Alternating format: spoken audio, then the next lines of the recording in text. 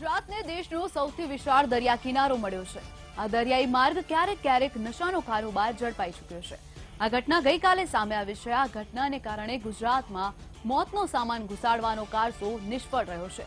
સમુદ્ર માર્ગે અત્યાર સુધીના સૌથી મોટા 3500 કરોડના ડ્રગ્સ રેકેટને ઝડપી પાડવામાં ઇન્ડિયન કોસ્ટગાર્ડને સફળતા મળી છે। ત્યારે ચાલો જોઈએ કઈ રીતે આ હેરોઇન અને ચીટા નામનું ડ્રગ્સ ભરીને જઈ રહેલા જહાજ વિશે કોસ્ટગાર્ડને માહિતી મળી, કેવી રીતે ઝડપાયો મોતનો સામાન।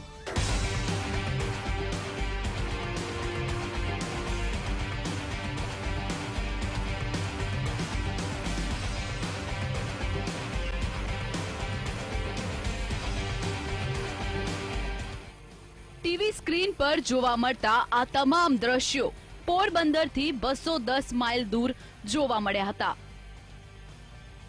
આ દ્રશ્યો જોતા પહેલી નજરમાં ફિલ્મી અંદાજ લાગે છે, પરંતુ તમે આવું ના વિચારતા કે આ કોઈ ફિલ્મ સીન હશે, પરંતુ આ છે ઇન્ડિયન કોસ્ટગાર્ડે પાર પાડેલા એક ઓપરેશન। દરિયામાંથી ઝડપાયો ડ્રગ્સનો જથ્થો। સમુદ્રની મધ્યમાં સોદાબાજીનો ખેલ। આ ઘટનાની શરૂઆત 27 જુલાઈના દિવસે થઈ હતી। નેશનલ ટેકનિકલ રિસર્ચ ઓર્ગેનાઇઝેશન દ્વારા ગત 27 જુલાઈના રોજ ટેકનિકલ ઇનપુટ મળ્યા હતા। પોરબંદરથી 210 માઇલ પશ્ચિમના દરિયામાં જે વિસ્તાર ભૌગોલિક રીતે ભારતીય દરિયામાં હોય, જેમાં મોટા જથ્થામાં હેરોઇન અને ચીટા નામનું ડ્રગ્સ ગુજરાતના કોઈ બંદરમાં જઈ રહ્યું છે। પ્રિન્સ 2 નામની જહાજમાં જામનગર અને ભાવનગર દરિયા વિસ્તારમાં આ ડ્રગ્સનું જથ્થાનું લેન્ડિંગ પહોંચાડવા માટે જઈ રહ્યું છે। આ જાણકારીને પગલે કોસ્ટગાર્ડ બેઝમાં રહેલ શિપ, હેલિકોપ્ટર સહિતને આ જહાજને ટ્રેક કરવા કામે લગાડી દેવામાં આવ્યા હતા અને આ ઇનપુટ અંગે સેન્ટ્રલ અને તમામ સ્ટેટ એજન્સીઓને જાણ કરાઈ હતી। જે જગ્યા પર ડ્રગ્સ લઈ જઈ રહેલ જહાજના ઇનપુટ મળ્યા તે સ્થળ પર કોસ્ટગાર્ડે તેમના જહાજ અને ડોનિયર હેલિકોપ્ટર દ્વારા સર્ચ ઓપરેશન શરૂ કર્યું હતું, जो कि it was not responding on automatic identification system and was marked suspicious। Her vessel any ship जो एट सी है उसके पास एक AIS होता है, वो हमेशा स्विच ऑन रहना चाहिए, जिससे पता चलता है कि शिप क्या कर रहा है क्या नहीं कर रहा है, इंटरोगेट करते हैं वो पता चलता है। तो उस बेसिस पे there was one ship जिसका AIS ऑन नहीं था and that was picked up by our Dornier Coast Guard aircraft which was on top and she found that उसका AIS ऑन नहीं है, तो उन्होंने उसको इंटरोगेट किया बिकॉज उसको रडार में उन्होंने पिकअप किया। કોસ્ટગાર્ડને સેન્ટ્રલ જેલ એજન્સી દ્વારા મળેલ ઇનપુટને પગલે કોસ્ટગાર્ડના મુંબઈ, ગાંધીનગર અને પોરબંદર ઓપરેશન સેન્ટર દ્વારા એલર્ટ પરના સ્થળ પર સર્ચ ઓપરેશન હાથ ધરાયું હતું અને જેને પગલે તમામ રડાર સ્ટેશનોને પણ ઇનપુટ મુજબની કોઈ જહાજ રડારમાં આવે તે અંગે સાવચેત કરવાની સૂચના આપી હતી। ગત 28 જુલાઈના રોજ ઓખા કોસ્ટગાર્ડ દ્વારા અલ અમીર અને નૂરે શબ્બીર નામની બોટને ઝડપી ને તેનું સુરક્ષા એજન્સીઓ દ્વારા જોઈન્ટ ઇન્ટ્રોગેશન કરવામાં આવી રહ્યું। તે દરમિયાન જ કોસ્ટગાર્ડને જે સ્થળ પરનું પ્રથમ ઇનપુટ મળ્યા ત્યાં ડોનિયર હેલિકોપ્ટરને એક જહાજ જોવા મળી આવતા તપાસ એજન્સી હરકતમાં આવી ગઈ હતી। આ જહાજમાં ઓટોમેટિક આઈડેન્ટિફિકેશન સિસ્ટમ કાર્યરત નહીં હોવાનું જાણતા આ જહાજ શંકાના દાયરામાં આવી ગયું, જેના પગલે કોસ્ટગાર્ડની સમુદ્ર પાવક શિપને આ જગ્યા પર ડાયવર્ટ કરવામાં આવી હતી। ત્યારબાદ કોસ્ટગાર્ડે જહાજમાં રહેલ ક્રૂ મેમ્બરોને પૂછતા તેઓએ આ જહાજને અલંગ શિપ બ્રેકિંગ યાર્ડમાં ભંગાવવા માટે લઈ જતા હોવાનું જણાવ્યું હતું। જોકે આ વાતની ખરાઈ કરવા કોસ્ટગાર્ડ દ્વારા GMB અને VTMS ને આ નામની કોઈ જહાજ બ્રેકિંગ માટે આવી રહી છે કે કેમ તે અંગેની તપાસ કરવાનું કહેતા તેઓએ આવી કોઈ પણ જહાજ અહીં આવતી નહીં હોવાનું જણાવતા કોસ્ટગાર્ડ સાબદું બન્યું હતું। તુરંત જ કોસ્ટગાર્ડે અંકિત નામની શિપને શંકાસ્પદ જહાજવાળા સ્થળ પર મોકલવામાં આવ્યું હતું। શિપનું નામ નીકળ્યું બનાવટી। પ્રિન્સ 2 ને બદલે કંઈક બીજું જ નામ સામે આવ્યું।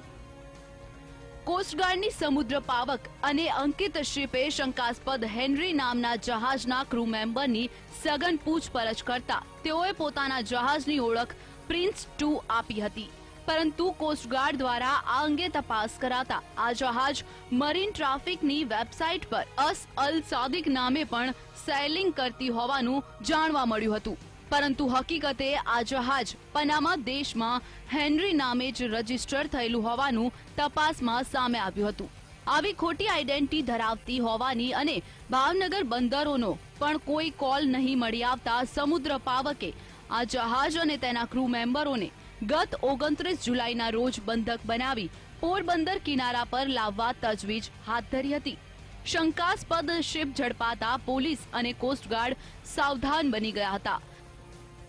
ક્રિમિનલ માટે અજય શિલુ, વીટીવી ન્યૂઝ, પોરબંદર।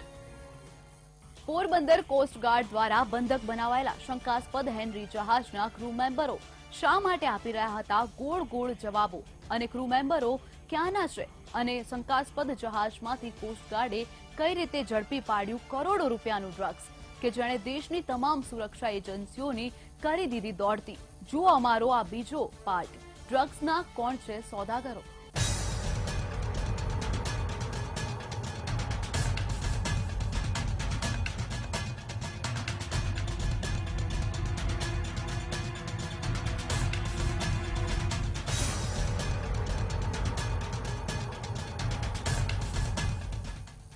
કોસ્ટગાર્ડની સમુદ્ર પાવક અને અંકિત શિપ દ્વારા દરિયામાં બીજી વખત સઘન તપાસ હાથ ધરતા આ જહાજ પનામા દેશનું હોવાનું સામે આવ્યું હતું, અને વેસલ્સને તપાસતા આ જહાજમાં કોઈ પણ જાતનો સામાન ભરેલ જોવા મળ્યો ન હતો। સુરક્ષા એજન્સીઓ દ્વારા મળેલ ઇનપુટ મુજબ આ પ્રકારના જહાજમાં 1500 કિલોગ્રામ હેરોઇનનો જથ્થો મળી આવ્યો હતો। આ ડ્રગ્સની કિંમત આંતરરાષ્ટ્રીય બજારમાં 3500 કરોડ થઈ છે। અત્યાર સુધીના દેશના ઇતિહાસમાં સૌથી મોટું ડ્રગ્સ રેકેટ ઝડપાયાનું જણાવ્યું હતું। કેવી રીતે ડ્રગ્સની હેરાફેરી થતી હતી, ક્યાં ક્યાં છુપાવવામાં આવ્યો ડ્રગ્સ, આટલા મોટા પ્રમાણમાં મળી આવેલ ડ્રગ્સનો જથ્થો ક્યાં રાખવામાં આવ્યો હતો તે અંગે પૂછપરછ આઈજીએ જણાવ્યું હતું કે આ ડ્રગ્સને છુપાવવા માટે 3 દિવસ સુધી મહેનત કરીને આ વિશેષ પ્રકારની 2 પાણીની ટાંકીઓ બનાવીને કોઈને ખ્યાલ ન આવે તે રીતે વ્યવસ્થિત 500 કિલોના પેકેટમાં યુવાધનને બરબાદ કરનાર ડ્રગ્સને છુપાવવામાં આવ્યું હતું।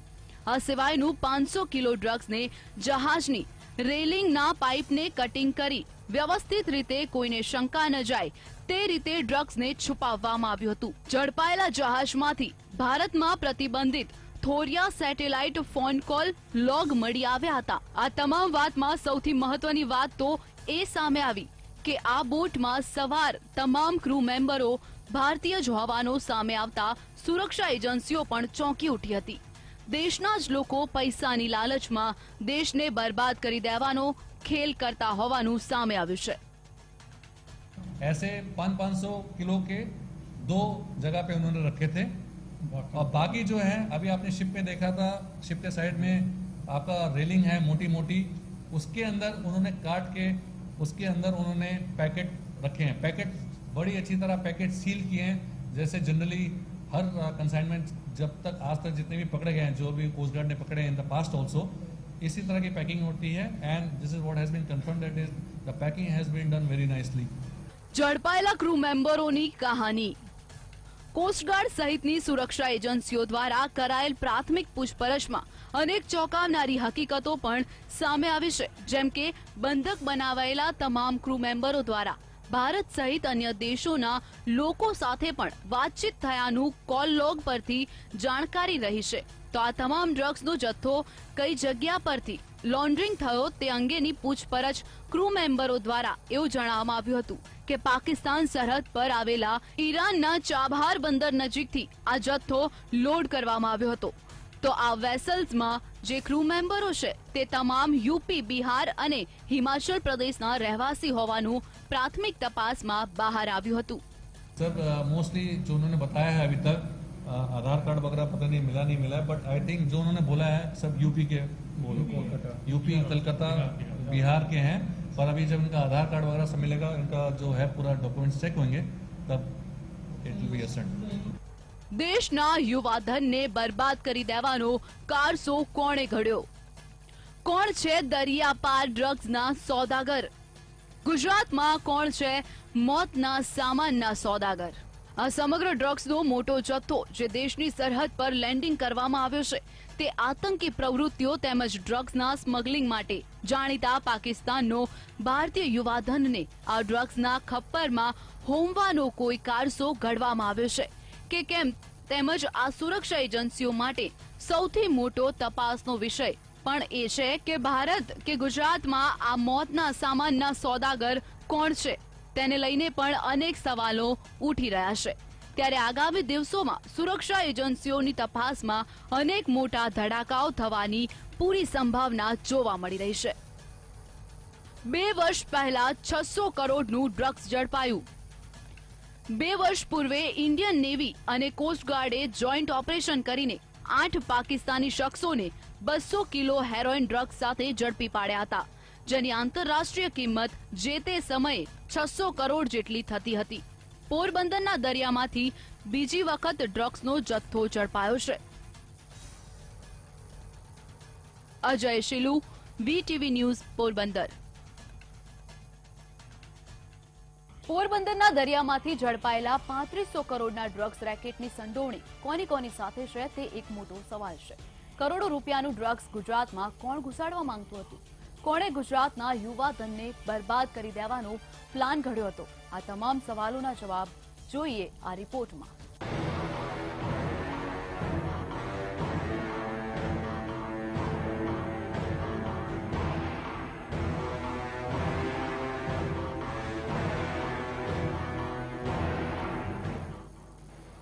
પોરબંદરના દરિયામાંથી ઝડપાયેલા 3500 કરોડના ડ્રગ્સ મામલે નવા ખુલાસા સામે આવ્યા છે। આ ડ્રગ્સ પહોંચાડવા માટે જહાજના કેપ્ટનને 5 કરોડ રૂપિયા મળવાના હોવાનું સામે આવ્યું છે। આ સિવાય સમગ્ર રેકેટમાં દાઉદની ડી ગેંગના લોકોની સંડોવણી હોવાનો પણ પર્દાફાશ થયો છે। જહાજમાં સવાર તમામ લોકો અને આ રેકેટ સાથે સંકળાયેલા લોકો બાંગ્લાદેશના શખ્સો સાથે સંપર્કમાં હોવાનું જાણવા મળ્યું છે। સુપ્રીત તિવારી નામનો શખ્સ બાંગ્લાદેશ અને ડી ગેંગના શખ્સો સાથે સંપર્કમાં હોવાનું ચર્ચાઈ રહ્યું છે। હાલ તો આ ડ્રગ્સ સપ્લાયને લઈ મુંબઈ એટીએસે પણ કેટલાક શંકાસ્પદ શખ્સોની અટકાયત કરી છે અને ડ્રગ્સ રેકેટ અંગે પૂછપરછ હાથ ધરી છે। તો બીજી બાજુ આ સમગ્ર રેકેટની અંદર સેટેલાઇટ ફોનથી વાતચીત થતી હોવાનો પણ ઘટસ્ફોટ થયો છે, જેને લઈ એટીએસ, સ્થાનિક પોલીસ, નેવી અને કોસ્ટગાર્ડ પણ સઘન તપાસમાં લાગી ગયું છે। મહત્વનું છે કે પોરબંદરના દરિયામાંથી પનામા દેશમાંથી આવેલા જહાજમાંથી 3500 કરોડ રૂપિયાની કિંમતનું 1500 કિલો ડ્રગ્સ ઝડપાયું હતું।